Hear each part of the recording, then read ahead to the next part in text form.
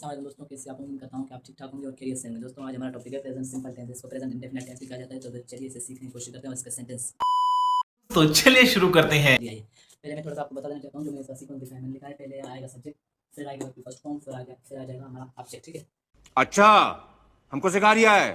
लेकिन पहले मैं आपको ये बता देना चाहता हूँ कि अगर इनमें से कोई हमारा सब्जेक्ट हुआ, यानी ही शी इट या सिंगुलर नेम हमारा सब्जेक्ट हुआ, तो फिर ये जो वर्ब की फर्स्ट फॉर्म है इसके साथ हम एस या ई एस का इजाफा करेंगे।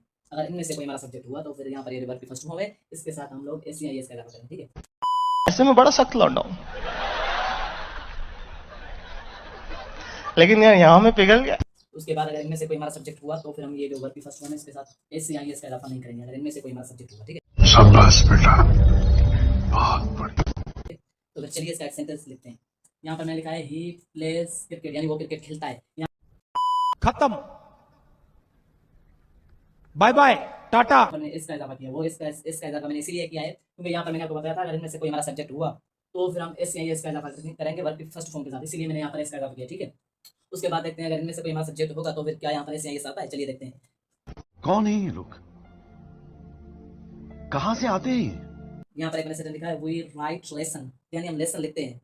यहाँ पर देखिए मैंने इस का इजाफा नहीं किया, इसका समझ रहे हो, समझ रहे हो, समझ रहे हो ना? इजाफा नहीं किया। ये जो यहाँ पर ई लगा पड़ा है ये इसकी खुद की स्पेलिंग है। ठीक है, ये मैंने ये अपनी तरफ से नहीं लगाया है। यहाँ पर आपको याद होगा कि मैंने आपको बताया था अगर इनमें से कोई हमारा सब्जेक्ट हुआ तो फिर हमारा की फर्स्ट फॉर्म के साथ एस या एस का इजाफा नहीं करेंगे। ठीक है, तो फिर ठीक है, अभी हम देखते हैं इसका नेगेटिव सेंटेंस कैसे हम बना सकते हैं। उससे पहले मैं आपके इन सेंटेंस के हेल्पिंग वर्ब में आपको बता देना चाहता हूँ। तो चलिए मैं आपको इसके पहले हेल्पिंग वर्ब बताता हूँ।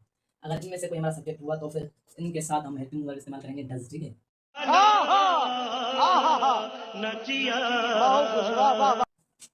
उससे अलावा अगर इनमें से कोई हमारा सब्जेक्ट हुआ तो फिर हम हेल्पिंग वर्ब इस्तेमाल करेंगे डू। ठीक है, तो फिर चलिए इनका इस्तेमाल करते हैं। अभी मैंने यहाँ पर ये लिखा है he does not play cricket, यानी वो क्रिकेट नहीं खेलता। तूने चोरी किया ना।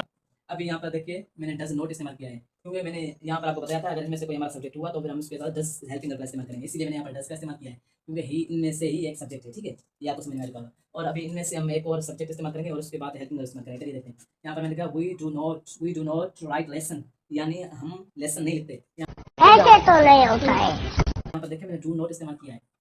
ये डू नॉट मैंने इसीलिए इस्तेमाल किया है क्योंकि यहाँ पर मैंने आपको बताया था अगर इनमें से कोई भी हमारा सब्जेक्ट हुआ तो फिर हम हेल्पिंग वर्ब डू इस्तेमाल करेंगे। ठीक है, यहाँ पर मैंने हेल्पिंग वर्ब इस्तेमाल किया है डू नॉट मैंने लिखा है इसीलिए क्योंकि सब्जेक्ट हमारा इनमें से ही है, इनमें से सब्जेक्ट यहाँ पर हमारा हुई इसीलिए। ठीक है, तो फिर उम्मीद करता हूँ कि आपको समझ में आ चुका होगा।